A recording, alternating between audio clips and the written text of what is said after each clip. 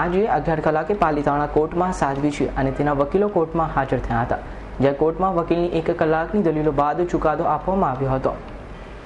આજે 11 કલાકે પાલીતાણા કોર્ટમાં સાધ્વી છે અને તેમના વકીલો કોર્ટમાં હાજર થયા હતા। કોર્ટમાં વકીલની 1 કલાકની દલીલ બાદ આખરે કોર્ટ દ્વારા ચુકાદો અપાવ્યો હતો। કોર્ટ સમક્ષ વકીલે દલીલ કરતા પોલીસને આડા હાથે લેતા સદી અરજી પર 48 કલાકથી વધારે પોલીસ કસ્ટડીમાં રાખી શકાતી નથી। સાધ્વીજીએ ભાવનગર સુધીનું પોલીસ પ્રોટેક્શનની માંગણી કરી હતી। પાલીતાણાના પોલીસ સ્ટેશનમાં ગુમ થયેલ રજિસ્ટર નંબર 8/15 થી 8/2015 થી આશાબેન રાઠોડ ગુમ થયાની એક જાહેરાત કરવામાં આવી। એ જાહેરાત પછી એ આશાબેન રાઠોડ અને અરુણ મુથા એ બંને પોલીસ સ્ટેશનમાં હાજર થયા।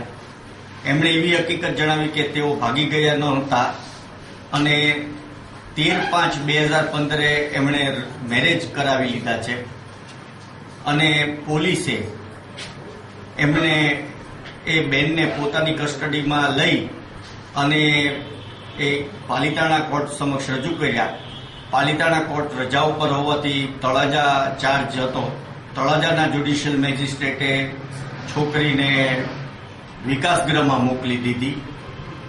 ત્યારબાદ ગઈકાલે આ અરજીનું હિયરિંગ થયું કે છોકરીને ક્યાં જવું છે। એના અનુસંધાને કોર્ટે પોતાનો નિર્ણય બાકી રાખીને એવું કીધું કે છોકરીનું સ્ટેટમેન્ટ લેવાનું આવતીકાલે રાખવામાં આવે છે।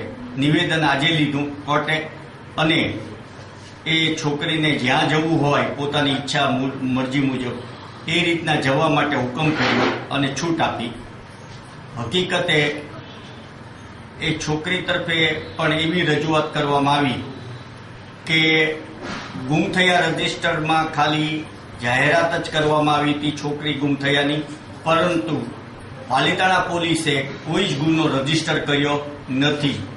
જ્યાં કોઈ ગુનો રજીસ્ટર થયો ન હોય ત્યાં એની એફઆઈઆર પણ ફાટી ન શકે, એફઆઈઆર દર્જ થઈ શકે નહીં।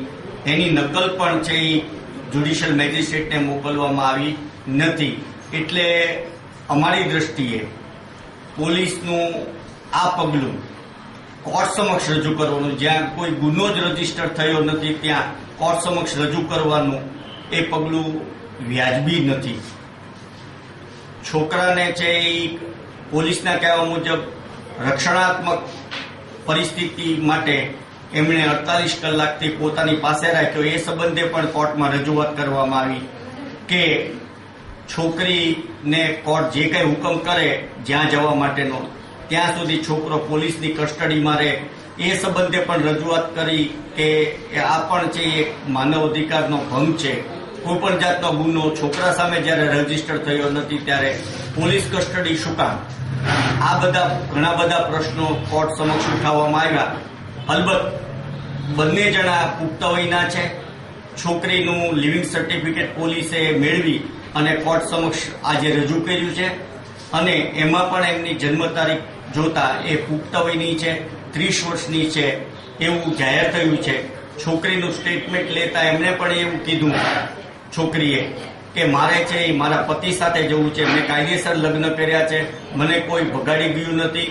એ સંબંધેની જાહેરાત કોર્ટમાં થતા કોર્ટે છે આજે કસ્ટડીમાં તાપીબાઈ વિકાસગૃહમાંથી છોકરીને પોતાને જ્યાં જવું હોય ત્યાં જવા માટે હુકમ કર્યો છે। છોકરાને છોકરીને બંનેને સાથે જવા માટે એક પોતાના મનમાં ભય ઊભો થયો અને એમણે કોર્ટને પણ એવી છોકરીએ રજૂઆત કરી કે અમે ભાવનગર સુધી જઈએ તો અમને પોલીસ પ્રોટેક્શન આપવામાં આવે। કોર્ટે એ માટે પણ મૌખિક હા પાડીને સૂચના આપી છે પોલીસને કે આ છોકરાને છોકરીને ભાવનગર સુધી મૂકવા જવું અને એમને પોલીસ રક્ષણ આપવું।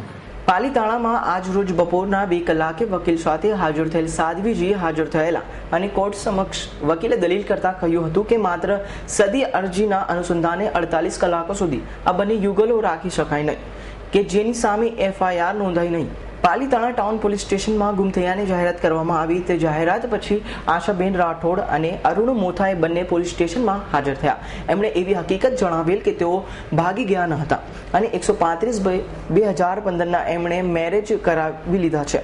અને પોલીસે આશાબેન રાઠોડને પોતાની કસ્ટડીમાં લઈ પાલીતાણા કોર્ટ સમક્ષ રજૂ કર્યા. પાલીતાણા કોર્ટ રજા પર હોવાથી તળાજા કોર્ટમાં હાજર કરવામાં આવ્યા હતા. તળાજા કોર્ટે ભાવનગર વિકાસ ગૃહમાં મોકલી આપવામાં આવ્યા હતા. ત્યારબાદ આજ રોજ ફરી રજૂ કરવામાં આવ્યા હતા અને કોર્ટ સાધ્વીજીને જ્યાં જવું હોય ત્યાં જઈ શકે તેવો આદેશ કર્યો હતો.